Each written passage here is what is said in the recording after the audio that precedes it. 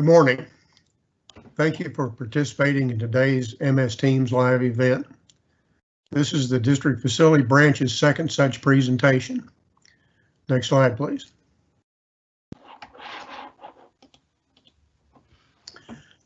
My name is Greg Dunbar. I'm manager of the District Facilities Branch. Before we get started today, we want to make you aware of some recent personnel changes at the department. As most of you may have seen in the media coverage, the Kentucky Board of Education recently selected Dr. Thomas Glass to be the next commissioner of the Kentucky Department of Education. Dr. Glass is a native Kentuckian from Brandenburg in Meade County. He's a third-generation Kentucky educator. He will begin his duties on September the 14th. Donna Duncan, the director of the Division of District Support, in which our branch is located, is retiring on July 31st. Donna has been our director for 5 years and she will be missed.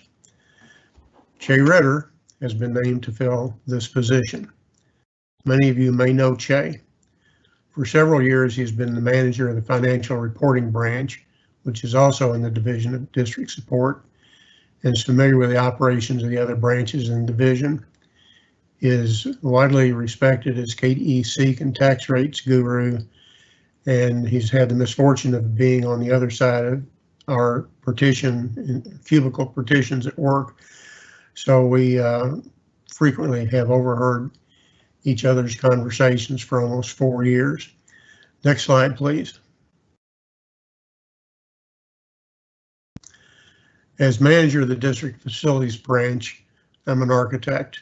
We have 4 other architects in the branch: James Bauman, John Gilbert, Marcus Highland, and Gary Least.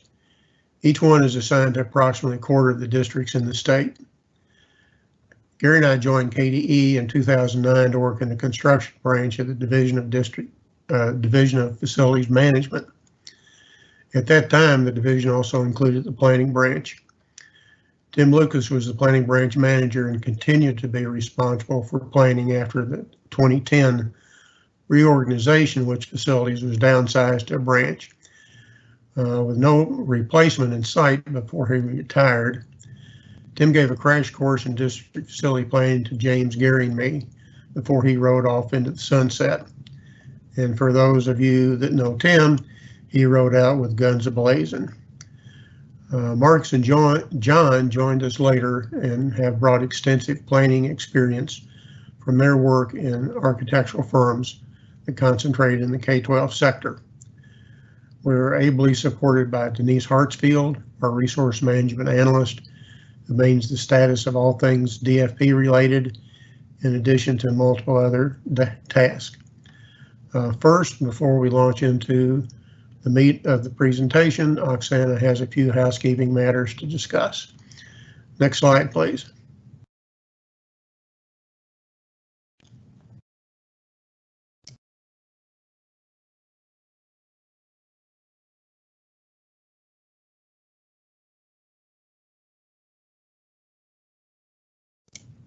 Oksana, you're muted.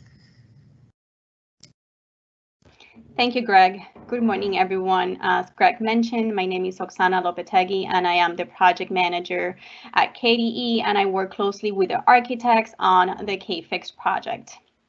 Before we continue with the presentation, we want to explain to you how to submit questions throughout the presentation. In your screen, you should have 2 icons. One icon says the word leave, and that is the button that you will use to leave the meeting if you need to at any time. The other button, it has the questions and answers figure. You will click there whenever you need to ask a question to the presenters. Please be aware that each presenter will have a Q&A session at the end of each portion of their presentation. You will have plenty of opportunities to ask questions throughout the presentation. When you click on that Q&A icon, you will get a prompt screen that will allow you to press Ask Question to type your question, type your name, and click Send. The name typing is optional, but we encourage everyone to type their name before asking the question so we know where the question is coming from.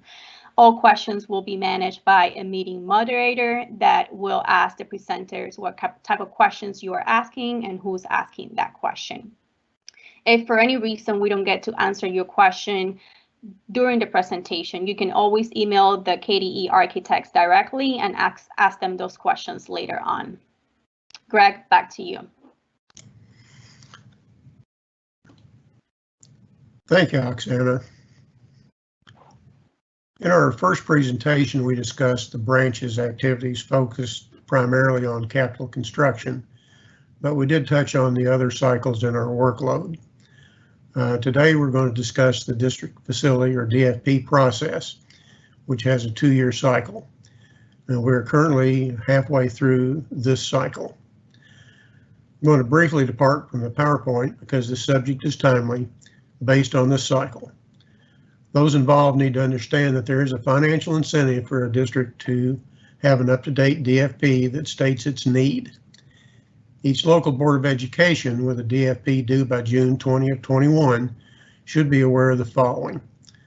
KDE is required by statute to report each district's unmet need based on the district's DFP of record on June 30 of each odd-numbered fiscal year. The next unmet need report is due to the School Facilities Construction Commission, SFCC, in the fall of 2021. This report will be the basis for each district's SFCC offer of assistance for the 2024 biennium. Offers of assistance are one of the methods through which the legislature distributes funds for K-12 capital construction projects. These offers increase the district's bonding capacity and are to be used for the projects in the highest DFP priority.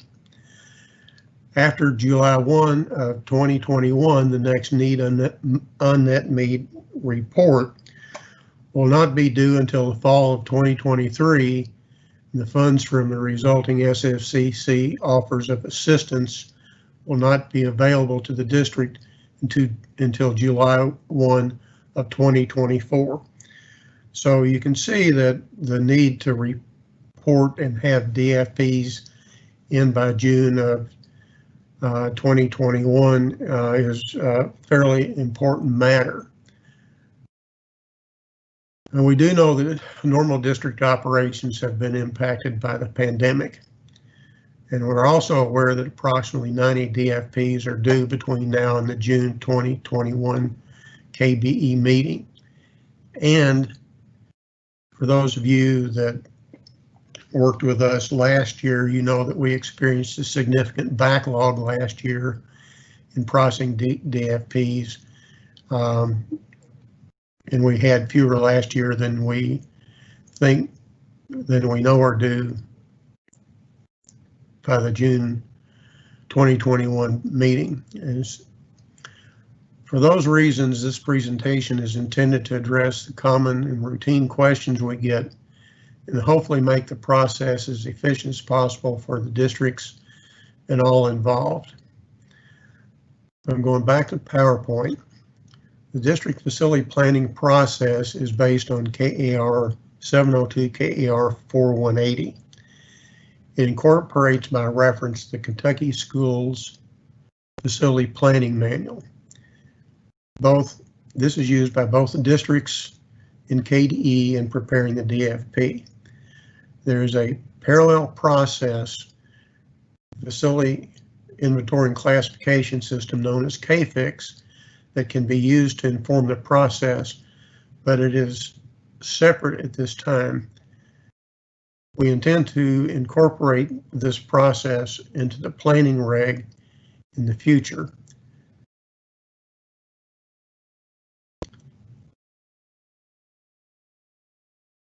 Are there any questions? Greg, we have one question. Okay. Will virtual meetings be acceptable when convening the LPC? As long as they follow the published guidelines, yes.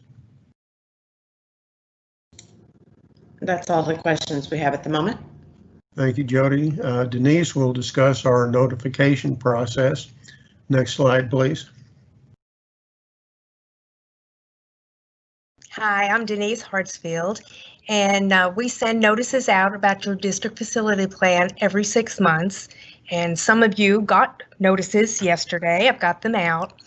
We try to get them sent out 18 months before your DFP is due. They're sent out in January and July, usually in the middle of the month. Your notification will include the due date when your next DFP is due and the status according to our records. So you'll either get an initial notice, a second notice, in progress, or past due. This is a reminder for you to help you out. And do we have any questions on the DFP notifications? Denise, we have no questions at this time. Thank you. If you have any questions, feel free to holler at me. Next slide, please.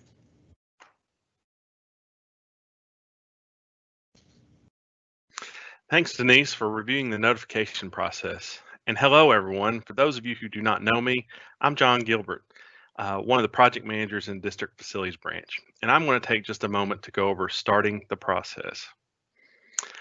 Following your notification, if a district is just starting out, they may request a startup package from KDE. This is done by simply sending an email to your District Facilities Branch project manager. Your project manager will reply with a few attachments that should help guide you through the startup process. Districts are advised to start the process upon receipt of their first notification.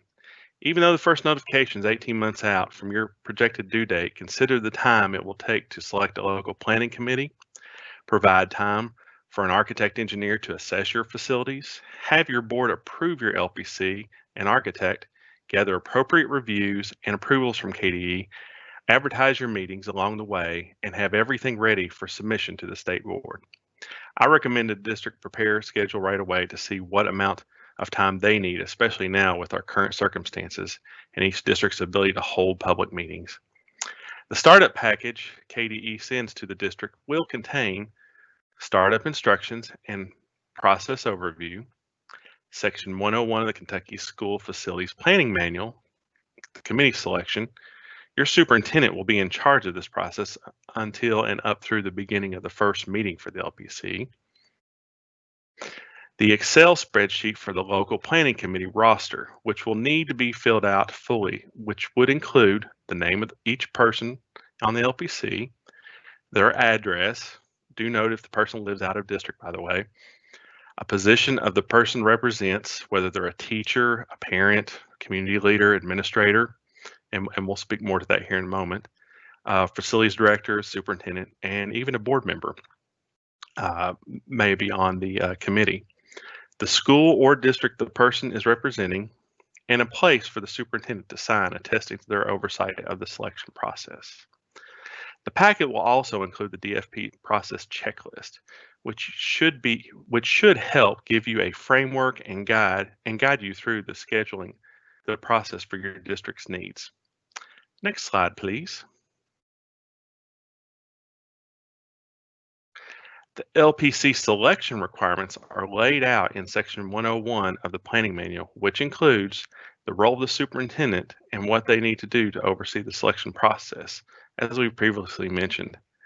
The actual framework for the selection of the LPC membership, which is intended to provide a cross-section of stakeholders to be selected alternately by parents, teachers, and building administrators until the selection process is complete. The superintendent shall ensure that each LPC represents local demographics, providing a diverse committee that in a meaningful way reflects the composition of the district. Each member shall be a resident of the local school district on which they have been asked to serve.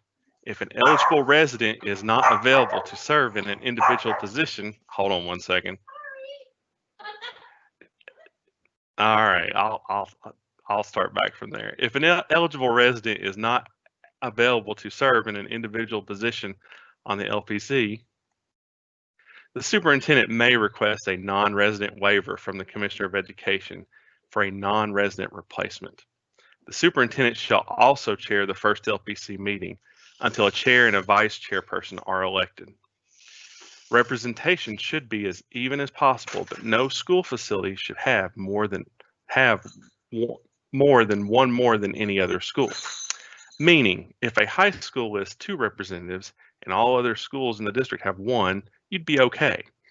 If that same district had four persons representing one school and all other schools have one representative, that would not be in alignment with the regulations outlined in the planning manual for the makeup of an LPC committee. Table 101.2 in section 101 that's provided to you in the planning manual should assist you in creating the right representation for your school district. Whether you have one school requiring 10 members or 4 or more schools requiring up to 20 members, this chart will give you the numbers to consider for each area of representation. To guide your district through the selection process, you should refer to sections 101.3 through 101.10, which outline how specific members are chosen. For example, 101.4 refers to the requirements that allow SBDM councils to select one from their membership to be on the LPC. 101.6, for example, defines teacher representation on an LPC. And 101.10 discusses how to include business and community members outside the district staff and parents by advertising for volunteers to the process. It is important to review the chart, review the requirements, and for each district to come up with the best strategy to fill the seats on their LPC. Now that we have discussed LPC selection, let's give an overview of the meetings the LPC is required to have. The LPC is required to hold a minimum of 3 public meetings and 3 public forums, all advertised for public notification. The first meeting could consider the election of a chair and a vice chairperson, along with 1 or 2 of the orientation packets provided by KDE. Please note the second orientation packet will be discussed by Marcus after this portion of the presentation. A second meeting could consider any remaining orientation presentation and the drafting of a district facility plan. Please note public forums are different than LPC meetings. They are meetings as spelled out in the manual to allow public comment and input. LPC meetings are for the LPC to review, approve, and comment, not the public. It is important for districts to provide both meeting types in a way that is per the regulations and meaningful to the process for the district. At least one LPC meeting and forum shall be held after KDE review of the draft plan. This would be the third of your minimum 3 meetings. This meeting, if all is in order, will focus on any KDE comments, approve the plan with comments from KDE, and submit to the board, who would then consider the proposed plan for necessary approvals. Now, after saying all this, please understand an LPC may have many more meetings than the minimum 3 that are required. That's just a general overview if everything's working out for your district. They may want to have a meeting at each school, for example, to see firsthand the issues that each facility faces. There may be serious debate that will require a series of meetings, and an LPC may ask district administration for more information beyond facility and financial matters that may impact the decisions concerning facility planning. Next slide, please. Now, in review, the district will need to submit their LPC membership roster spreadsheets for review and approval to KDE. If all members live in the district, the approval may be provided by the district facilities branch. Should a member of the committee not reside in the district, a non-resident waiver must be requested and approved by the commissioner's office. Do submit the district facilities branch first, so we may give an overall review of the approval of the LPC, at which time we will inform you that the specific members living out of district should be submitted to the Commissioner's Office for separate approval, as it notes in section 101.1. Once KDE replies with an LPC membership approval letter, the Part 1 PowerPoint presentation will be provided. The orientation Part 1 will give a general overview of the planning process that all LPCs watch. This is an audio-visual presentation from KDE to each district. It's the same presentation for everybody. Part 1 is. Part 2 is specific to your district. It includes the legal basis and history of the planning process, requirements for adequacy, equity, and model programs, introduction to the district facility plan and plan preparation, and introduction to school funding. A second orientation presentation will be provided after assessments from your architect engineer that will be specific to the needs of your district. And Marcus will touch on that in the next session of this presentation. As the makeup of that orientation packet is specific to your district and requires assessment from your design professionals and district facility personnel. Any questions concerning the LPC committee selections and meeting requirements before we move on? Basically, are there any questions before we move on to the assessment process that will be presented by Marcus?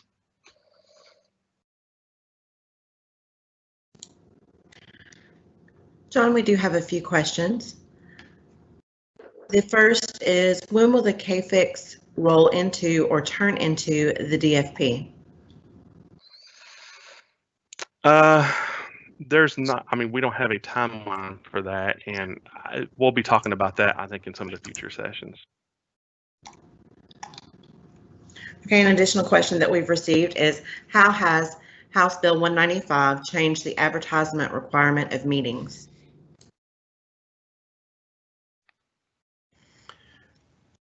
In doing, excuse me, John, in doing research, I don't think that legislation passed. Okay, that concludes the questions we have at this time. All right, thank you. Next slide, and Marcus can begin. Well, good morning. My name is Marcus Highland. Like John, I'm one of the project managers for the facilities branch. I'll be covering the architect engineer evaluations, the KDE Part 2 PowerPoint presentation, and the LPC's preparing of the first draft of the DFP. The district facility plans are required to be, the district facilities are required to be assessed by registered architects and engineers licensed in the state of Kentucky. Their review includes evaluations of the building and site conditions. They create inventories and analyze buildings and their site needs, provide drawings for each floor plan and the site, as well as identify deficiencies and provide construction cost estimates to correct any deficiencies, as well as any future additions, construction that the district and the LPC wish to pursue. The documentation requirements for the AE evaluations of those existing facilities are very similar to those for the school assessment requirements for the audits and surveys as required in KFIX. And as Greg alluded earlier, those two processes are parallel, though they are not one and the same. But because of the commonality between the documentation of existing conditions, we do strongly encourage districts to utilize the information that's collected for the KFIX assessments in the form of your audits and in form of your surveys to inform those common areas of the DFP process. The facility documentation of the physical conditions in KFIX, those are called audits. Those ensure uniform costs as well as replacement elements for construction. It does not actually include renovation because the asset planner is meant to be one-for-one replacement of components and systems, as opposed to renovation, as where you're changing something to be something different than what it is in its current state. Facility program areas in KFIX are recorded in Space Planner, very similar to the inventory reports for the DFP process. Facilities that will be assessed in KFIX are also required to be assessed for student safety utilizing the CPTED form, which is short for Crime Prevention Through Environmental Design, in order to also help document compliance with Senate Bill 1, 2019. Next slide, please.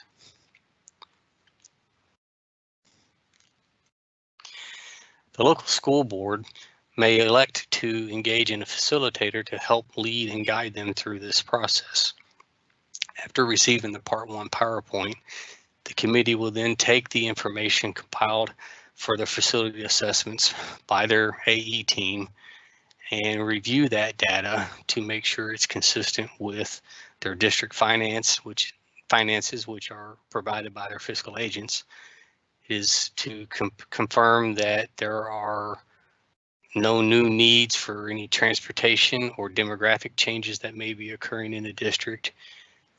And they package that information up typically by the AE team, and they send it off to us to KDE. And back to the two common processes. If the assessments have already been performed and the surveys have already been performed with Asset Planner for KFIX, if you direct KDE, we will simply move that information from that program and use it to inform our review and let it suffice for the existing conditions for the DFP, or to allow us to prepare your Part 2 PowerPoint.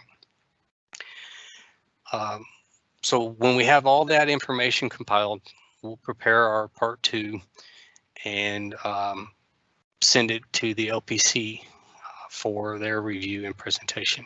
Next slide. So the committee will then take that Part 2 PowerPoint prepared by KDE, which will include a list of the following. It'll document your present facilities and the plan of organization at the heading. It will list all of your district needs as the existing condition. So whatever your current district facility plan is, it'll break that down into slides for each of the priorities. It'll also review the projects that have been initiated since the last DFP was approved by the Kentucky Board of KBE. And those projects will have been removed from the previously approved need. The PowerPoint will also include district funding sources and amounts and the impact of additional funding and the facility costs of service. And then lastly, the major thing it will also include will be the demographic history and projections for the county for which the school resides. Next slide, please. And I should ask, are there questions at this point about the documentation and Part 2 PowerPoint? Marcus, we do not have any questions at this time. Okay, well then I'd like to turn the presentation over to the next presenter. Gary, would you take over? No, excuse me, sorry, it's slide 14, not 15. All right, so using the information from KDE and the consultants, the local planning committee will then take that information and attempt to prepare their first draft facility plan. This would include any changes to the plan of organization the school wishes to make. For example, if they're going to build new schools, change preschool to additional standalone buildings, etc. So any changes to the school organization, plan of organization. Likewise, it'll also add and identify any new facilities that are to be built, as well as any additions to those existing buildings. And then lastly, any renovations that are required on those existing facilities. Components of the plan are placed in priority order, priorities 1 through 5, which we'll cover here shortly. And this plan is limited for priorities 1 through 4 by resources available to the district, particularly with regards to those projects listed in priority 1, which are required to be undertaken in the biennium. Excuse me, next slide, please. For new facility constructions, additions, and renovations, they can be listed in the following ways. Priority 1 are for educational buildings that begin within the biennium, as I just stated. Likewise, educational projects that are to be undertaken can also be listed in priority 2, with the difference being that it would be after the biennium. For those projects which are non-educational additions or expansions, perhaps an auditorium or maybe a kitchen addition, they would be recorded in priority 3. In priority 4, the district would list the management support facilities such as central board offices, bus garages, central storage facilities. And then lastly, in priority 5 are discretionary construction projects, which include those projects that fall into the categories of above but don't qualify for inclusion. For example, if a school building is too large and exceeds the maximum allowable area, that portion would be moved to discretionary, but it also includes athletic buildings as well. So priority 1 through 4 are eligible for various restricted fund sources, whereas priority 5 are only eligible for unrestricted fund sources. So let me ask again, are there any questions at this time? Marcus, we do have some questions. Mm-hmm. Does bonding potential need to match up with priority 1s or all priorities 1 through 4? So any of the items that are listed in priority 1, the district has to have the ability to be able to demonstrate a means of paying for them, not necessarily through bonding only. The other priorities do not have the same requirement as to being able to demonstrate the immediate ability to perform those projects. Any other questions? No, sir. We are good at the moment. Okay. Well, sorry about the mistake earlier. This concludes my portion of the presentation. And next slide, please.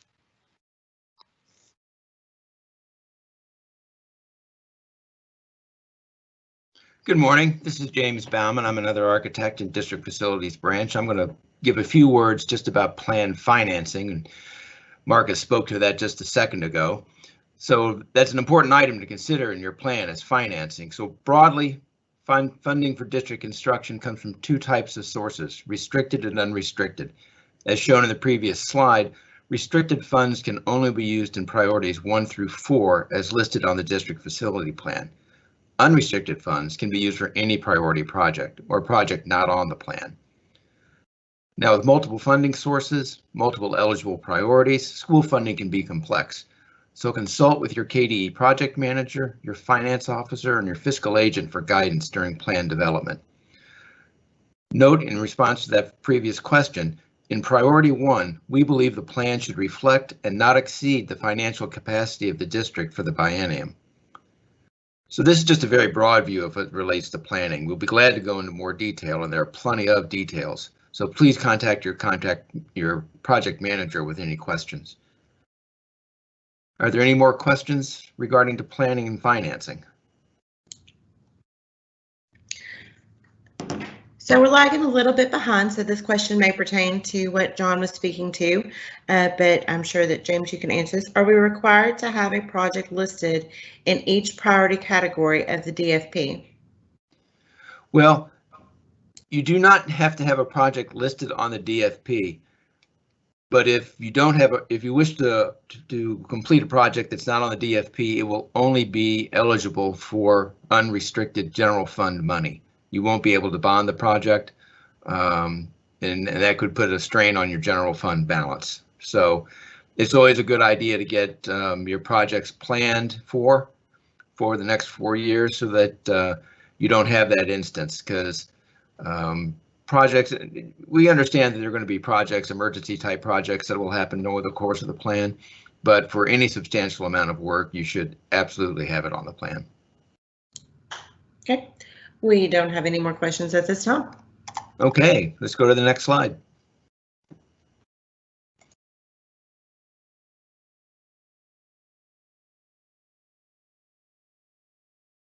Gary, you're muted.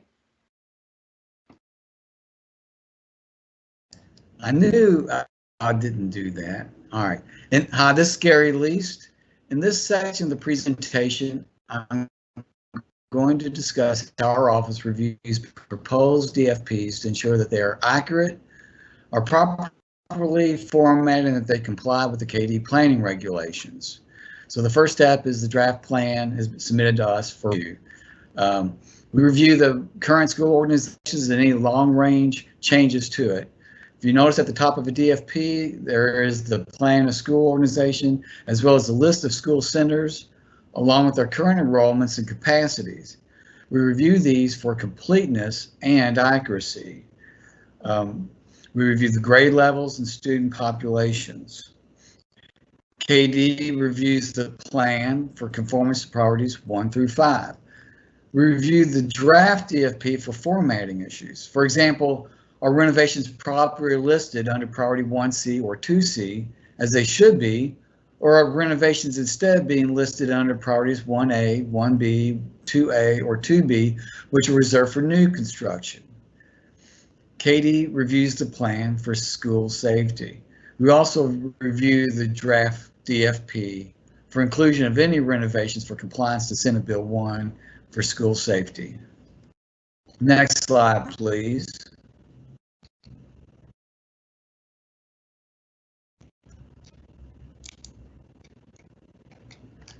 If I could.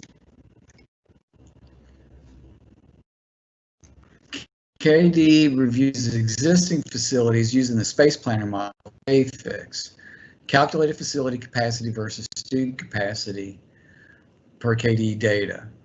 School capacities are based upon the number and size of standard classrooms. We recalculate each school's capacity using the most recent data provided through the Space Planner module in KFIX, and we update the draft DFP to indicate the recalculated capacity. We then compare the updated capacity to that school center's 6-year projected enrollment using the University of Louisville's Kentucky State Data Center's population projections of the respective county.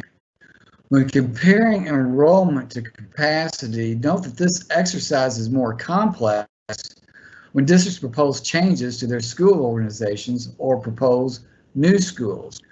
For example, when a district proposes moving their grade 6s from their elementary schools to middle schools, we need to check that the existing school facilities programming can accommodate the proposed shift. And if not, what changes, what new construction would be needed to make that, to accommodate those changes. These types of reviews are custom processes and they are based upon the specific condition. So we look at the present population versus 6-year population, facility program area versus the KD model program requirements, and we note deficiencies for remediation in the plan. So we also review each school's current space use program against this respective KD model program for not only program deficiencies, but as well for program excesses. This analysis informs us of proposed new constructions that's on a DFP to see whether or not they comply with KD model planning regulations. Facility efficiency, program areas versus gross square footage. We often see schools that have an excessive gross area for their target enrollments. This is usually due to inefficient floor plan layouts. By comparing the total net area of the spaces listed in the Space Planner module to the listed gross area of the facility, we can calculate the actual efficiency of the facility. A properly laid out elementary school should have an efficiency of around 74%. However, we often see some schools with efficiencies that are much less. Facility area limits are based on student population.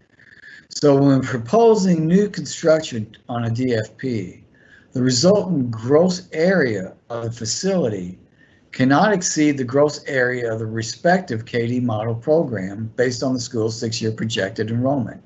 So any such proposed new construction must be either removed to priority 5 or deleted from the DFP. We typically recommend in these situations that existing areas be renovated to accommodate the programming needs. Next slide, please. New construction is generally due to poor building condition, consolidation, or population growth. Facility additions are generally driven by program area deficiencies. Renovations are a function of building condition as determined by the KFIX assessment. Renovations are limited to 80% of replacement building cost.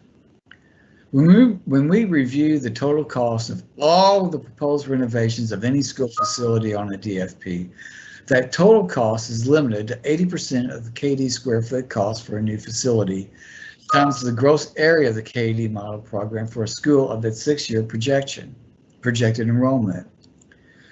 For example, the total of all renovation costs of 150,000 gross square foot high school that has a 6-year projected enrollment of 750 students is limited to 80% of 112,000 gross square feet, which is the KD model gross area for a 750 student high school, times the square foot replacement cost for a new high school. KDE reviews the above for conformance to KD regulations. So for priorities 1 through 4, proposed renovations must be to systems that are at least 30 years old, with the following exceptions: AC systems and roofing replacement that are 15 years old, and improvements to meet the life safety and ADA provisions of applicable building codes. We instruct that life safety improvements are to be listed in priorities 1E or 2E, and that ADA improvements are to be listed in priorities 1F or 2F. Furthermore, we instruct that non-compliant improvements are either moved to priority 5 or deleted from the draft DFP. Next slide, please.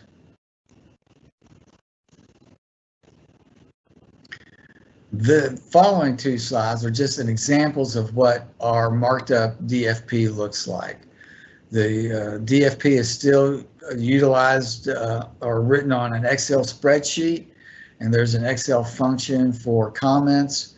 So each section of the DFP will be noted as either being okay, or we list a detailed specific comment regarding that particular item. Next slide, please. This is just another continuation of the previous slide, just demonstrating how our comments are affixed to the draft DFP that we return back to the LPC. But this particular case, it'd be interesting to note that here is an example of where a district has recommended or proposed new construction, but in this case, all that particular school already exceeds the program's gross area for a school of its projected enrollment. Therefore, none of those proposed construction items meet the regulations, and we have to inform the LPC that they're either going to have to delete those items or move them to the priority 5. We also recommend that they renovate existing areas to meet that programming need. Well, that concludes my portion of the presentation, so I thought I'd open it up to questions at this point. Okay, Gary, we do have a question. Has a common format for the DFP document that all KDE reviewers agree on been developed for district use? Well, our standard format is a common format. All DFPs should follow this general format. Now, I will add to that with the introduction of KFix, within the context of the overall format of the Excel spreadsheet, we're seeing a more granular item-by-item approach to renovations that we haven't in the past, but it's still within the general format of the Excel spreadsheet, and it's still on an Excel spreadsheet as well. Okay, we have another question. Do you anticipate any changes to regulations on square footage for room size, common areas, cafeterias due to the current COVID-19 and social distancing? Well, I don't know about changes related directly to our current COVID-19 emergency, but we do intend to update in the future the planning regulations, and we certainly understand how old our current regulations are. It has requirements, for example, for computer classrooms. Today, virtually every classroom is a computer classroom, but that is something that hasn't been scheduled yet. And I will add that from my experience, it's a lengthy process to update a code, the regulations. So it's something that would take several months once it's probably initiated. Okay. Can I add to that, please? Certainly. I truly believe that we all think that the COVID pandemic is a temporary measure that, when viewed in the context of the DFP, that is a long-range planning document, that we would not be doing that at this point in time. As Gary said, modifying a regulation is a lengthy process. And so to adjust model programs to accommodate social distancing, which we believe is a short-term thing, would not be appropriate. Thanks, Greg, for clarifying that. Jody, are there any other questions? No, sir. We are all caught up at the moment. Okay, well, I guess I'll turn that over to the next presenter, and I will ask you to show the next slide at this time. Good morning, this is James Bauman again, and I'm going to speak a little bit to approving the plan and modifying the plan. So the District Facilities Branch reviews the plan for conformance to regulation and sends its comments back to the local planning committee. The committee in turn reviews the District Facilities Branch comments. Now, we're at a bit of a disadvantage because we're at a distance, and just reading a plan that's submitted to us, we don't always fully grasp the intent or the facts on the ground out in the district. So a lot of the dialogue between ourselves and the districts and the committee is more along the lines of clarification and just fully understanding the intent of the plan. Now, note that the plan doesn't receive express approval from District Facilities Branch. We review, we make our comments, but ultimately it's a local decision by the local planning committee and eventually the board as to approving the plan. We do review the plan based on regulatory requirements, and that's really a large focus of our comments and reviews. Following the local planning committee approval, the draft plan is sent to the local school board for their review and approval as well. Let me stress, the board has to approve this plan as well as the local planning committee. Now, once both the local planning committee and the board have approved the plan is then presented in a public hearing, an advertised public hearing, at which point comments from the community, if any, are taken, and then the board approves that report, sends it back to us together with the plan. Here at District Facilities Branch, we write a staff note to accompany the plan, along with some of the demographic data from the Part 2 presentation that was mentioned earlier. We submit that as a package to the Kentucky Board of Education. Now, when the plan is approved by the board, we'll then notify you and post the plan on our website. Note that if your plan does not conform to regulation, it may not receive a positive recommendation to the state board from the District Facilities Branch. As well, the state board is very interested in any plans that come to them with anything less than a unanimous vote. And we are generally tasked with trying to explain that or give them the whys and wherefores of why there was not a unanimity of opinion on the plan. Next slide, please.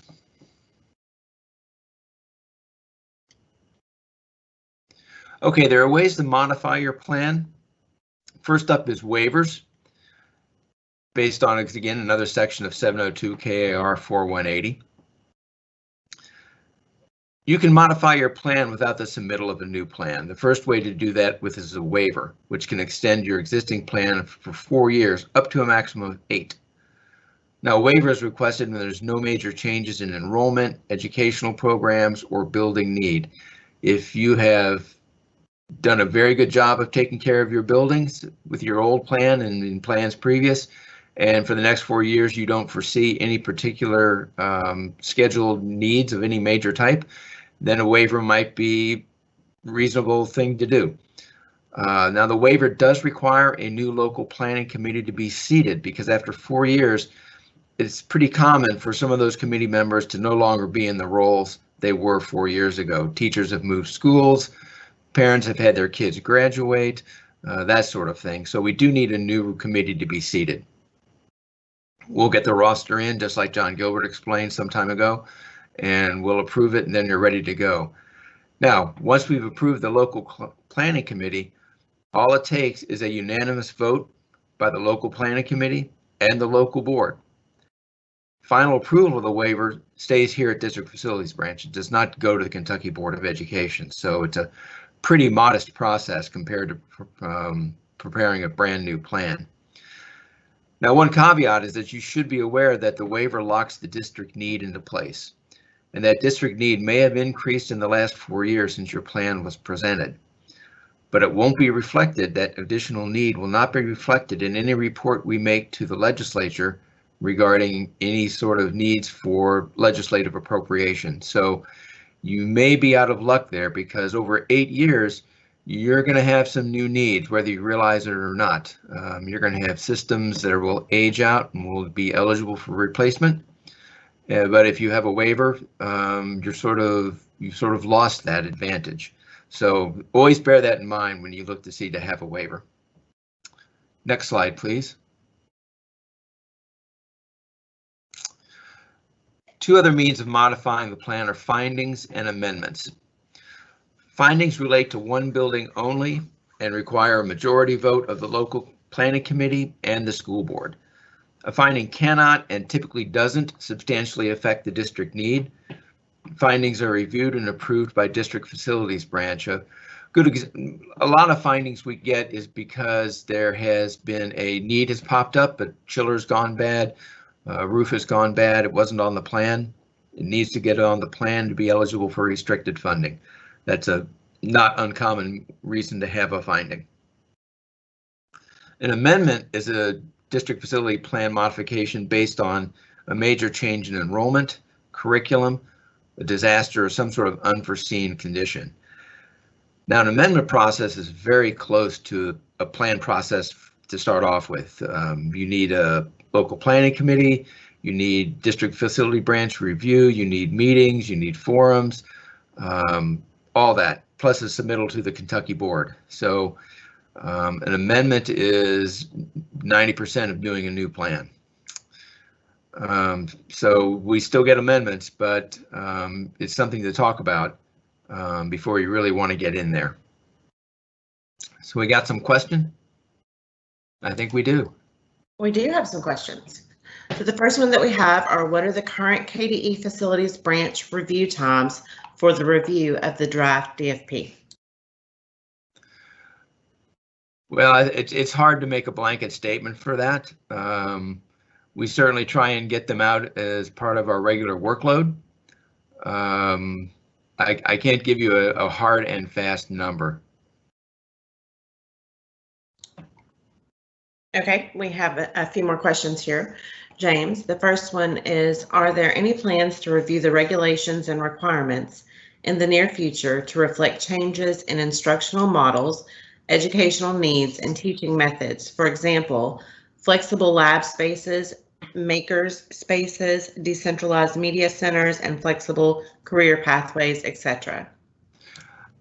Gary spoke to that just a few minutes ago, and yes, we are well aware of all of these things, and substantial changes to our regulation will be needed, and it's going to take a considerable amount of effort, both District Facilities Branch, districts, consultants, KDE personnel, to come up with a modern regulatory framework that will work for current instructional methods. It's something in a way we're looking forward to it, in a way we're not. But it is coming down the pike, and we're going to be doing that. Hey, James, can I add to that real quick? Sure, absolutely. When you're looking at between planning and also once you start a project, and in that process, also remember you have locally identified programs, and part of that question started to allude to career and technical type items. The locally identified career and technical, there are allowances for those spaces in that process as well. So when you're going through the planning process, consider those two areas as well. Also, there's also the fact that you were given an overage in schools as well. But again, this is getting more into construction rather than just planning. I mean, Yeah. for planning purposes, we'll have a new school, will be up on priority 1 or 2, but it's not going to have all the component parts listed in that school. It's just going to be a basic square foot number.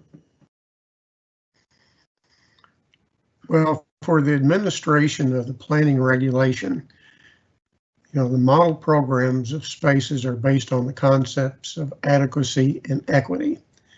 You know, the overreach that just referred to are allowed through the capital construction process, but to maintain, you know, the standard baselines across the state, we will continue to apply the model programs until the regulation is revised to reflect that. But there is some wiggle room that exists now within the planning reg, and there is some wiggle room in the construction process.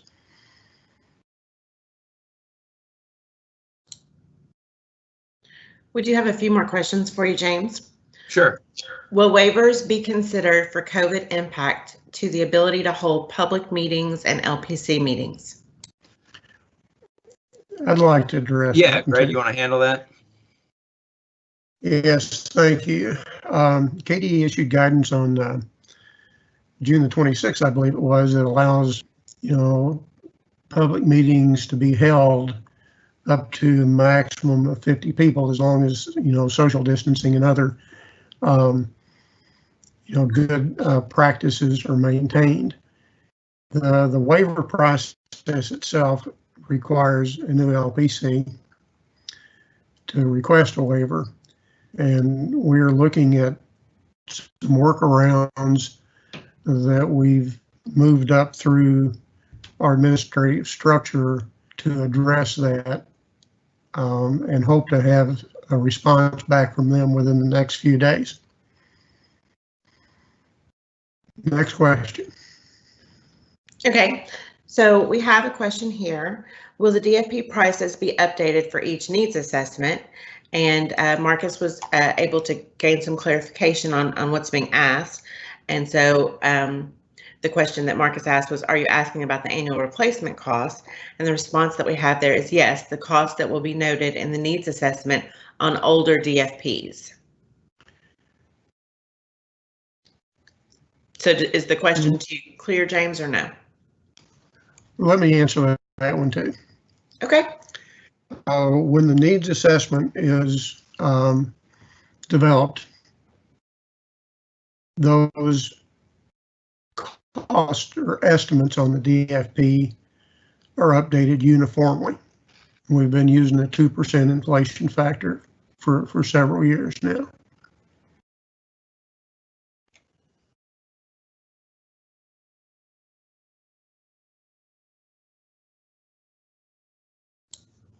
Other questions?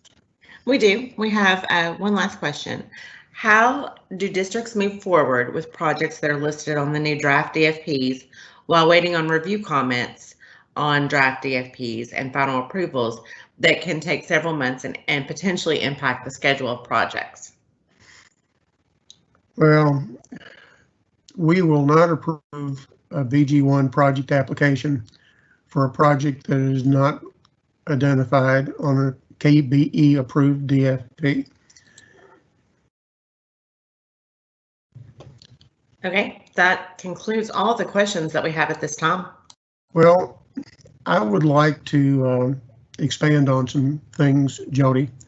John has asked me to basically discuss the planning activity relative to KFIX.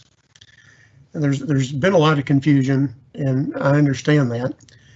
I will tell all the participants that the process that is called KFIX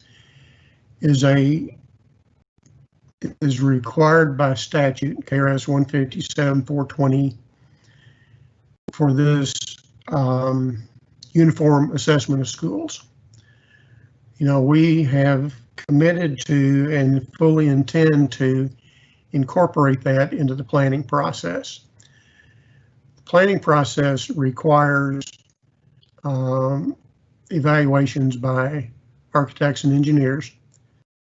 The KFIX project requires assessments as well, plus the space planner module, which we strongly encourage all districts to do to replace the inventory requirement in the planning manual. Because they are parallel and potentially duplicated processes that do involve some expense to districts, we do highly encourage districts to participate in KFIX in preparation for doing a new district facility plan. Jody, are there other questions?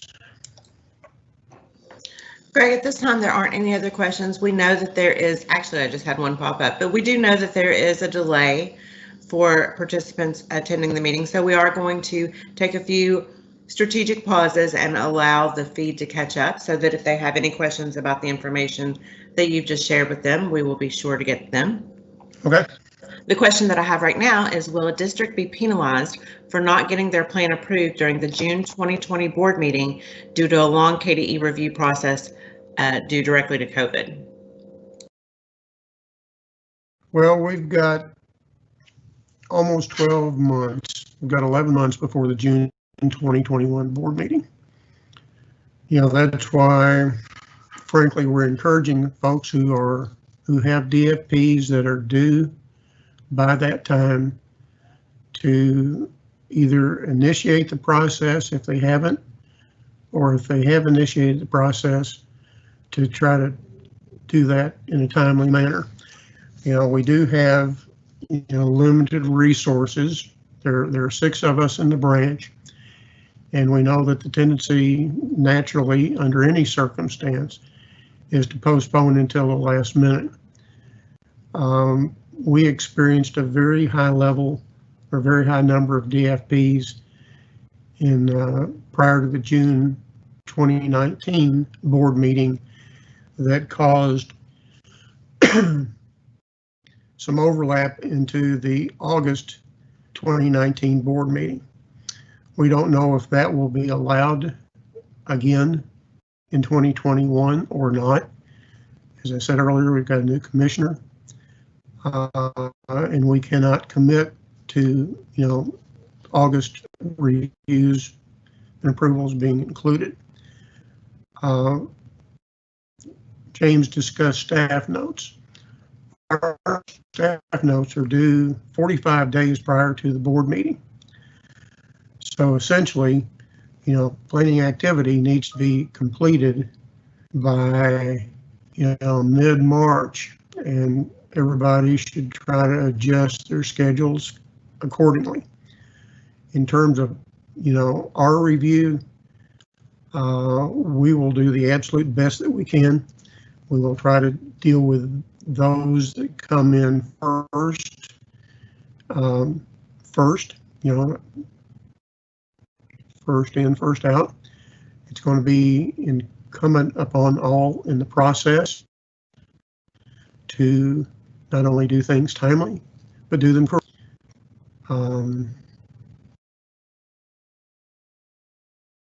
You know, we are all in it together, and we recognize the deadline. We have no control over the statutory requirement that we have or the distribution of funds. Remind everybody that the presentation will be posted on the website. Please use it as a resource. List of the districts and their assigned project managers is on the website. Please contact your project manager with future questions, and we will work with you to the best of our ability to process TFPs in a timely manner. Jody, we got anything else? No, sir. Oh, as soon as I say no, we get a question. Is the DFP modification process for including school security fund projects based on recent allocations the same as the amendment process? No, it is not. There is a process for accessing those school security funds. It's posted on the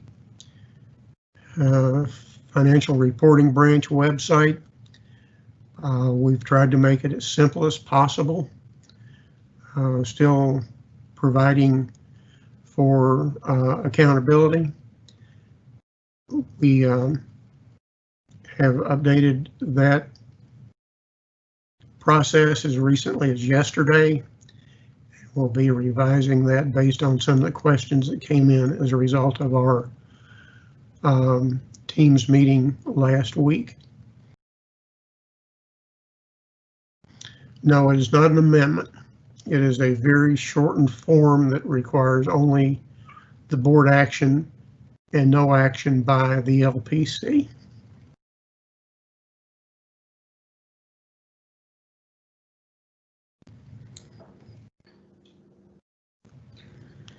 If there are no other questions. We do have one, actually. Okay. Will this presentation be rebroadcast or loaded to podcast so that it can be reviewed again later? And I know that this presentation actually will be available immediately after its conclusion. Is there a particular format? We may need to consult with Oksana, as actually the presentation will be available via the live link that is sent to you. You will be able to review the presentation in its entirety in the link that you use to log into the meeting. And Jody, just to add to that, it will be available in the facilities SharePoint sites. It will just not be immediately after. It will take a few days because we need to make sure closed caption is added correctly, and that needs to be revised and make it accessible in SharePoint. So it'll take a couple of days before it's available in SharePoint. Okay. We do have another question for you, Greg. Should Senate Bill 1 work be included on the DFP?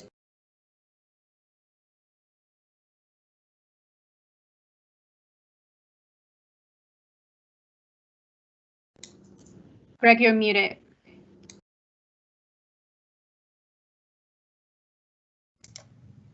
Not sure how that happened. In my opinion, yes. You know, if you're trying to access school security funds immediately, those funds are available through this fiscal year. You can go through the shortened process I mentioned earlier, rather than put it on your DFP.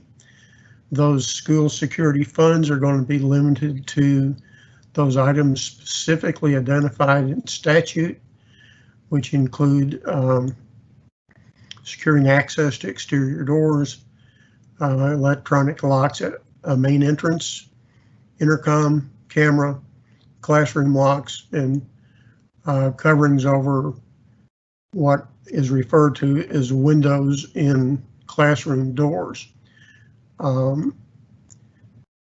Many of the security work that we see on DFPs is a larger scope than that. When requesting these school security funds, we're going to ask for sort of an itemized listing of the components for which those funds are being used. And you will see that, as I said, on the website for district financial reporting.